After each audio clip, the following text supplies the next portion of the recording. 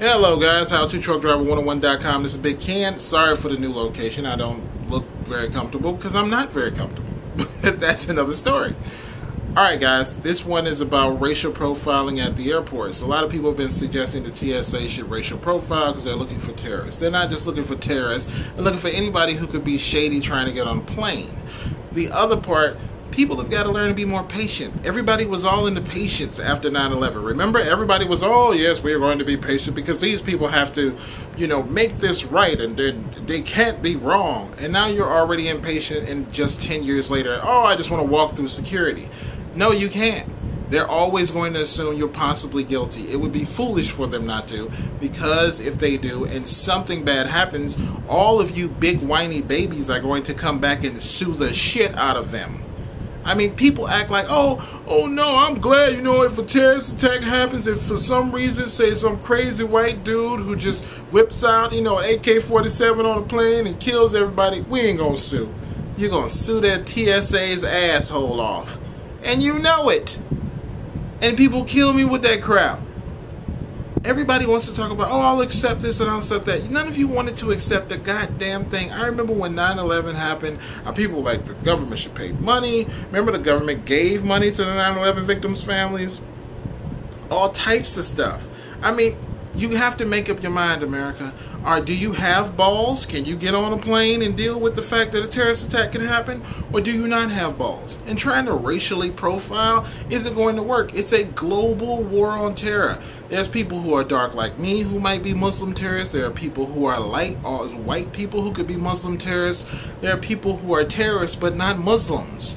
It's a problem. It's just a reality. You're flying in a giant missile with fuel that could destroy an entire building. There's no way to treat that with kid gloves so you can get on faster to get to California in 4 hours.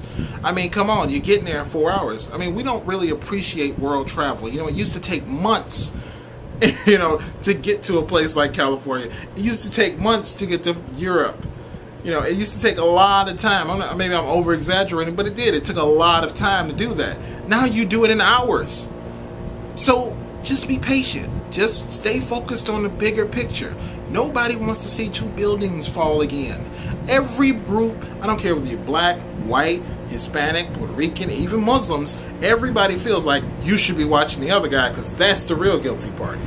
You're not unique because you feel that way. And it drives me crazy when people don't get everybody feels that way. You think the black guy doesn't think, I ain't a Muslim, right? You think the white guy doesn't think, I'm not a Muslim or I'm not black, right? You think the black guy think, if it's the black guy going, the white people, they shoot up the malls and they shoot up the, they ran a plane, that guy in New York who ran his 2-seater plane into the building. Oh, that's what the black guy thinks. The white guy thinks, those black guys selling those drugs and gang banging, they could be terrorists. Right, everyone thinks the same stupid shit.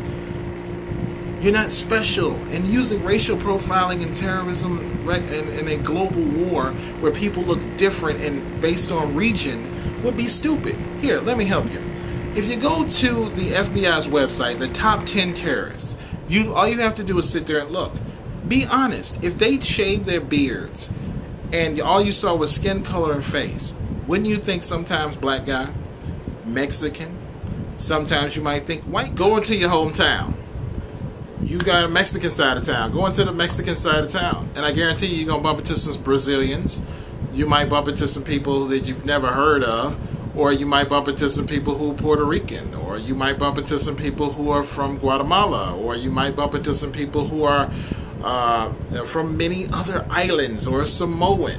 But the bottom line is, just because people are brown isn't a great indicator whether they're a part of the group that they may live around. We gotta stop acting like babies. We can travel the world in hours, we can travel the world and go anywhere within hours. We should appreciate that great and awesome power, but with great power, as Spider-Man once said, comes great responsibility. That's Break 19 for this week. If you like to comment, put them down below. I'll talk to you guys later.